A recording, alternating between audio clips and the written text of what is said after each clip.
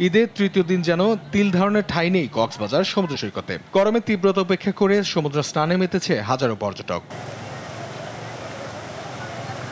সাগর জলে গা ভাসিয়ে ঈদ আনন্দ উদযাপন করতে পেরে উচ্ছ্বাসিত পর্যটকরা।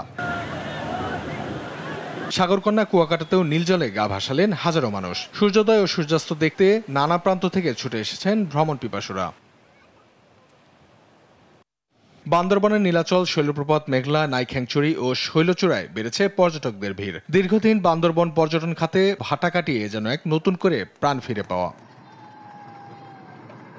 রাঙামাটির ঝুলন্ত সেতু, কাপ্তাই হ্রদে নৌবাহিনী ও পলয়েল পার্কে ছিল পর্যটক ও দর্শনার্থীদের উপচে পড়া ভিড়। মুন্সিগঞ্জের পর্যটন এলাকাগুলোতেও বেড়েছে দর্শনার্থীদের উপস্থিতি। একই চিত্র ছিল ময়মনসিংহ, রাজশাহী, খুলনা ও সিলেটের বিভিন্ন পর্যটন কেন্দ্রগুলোতে। নিউজ ডেস্ক, দেশ টিভি।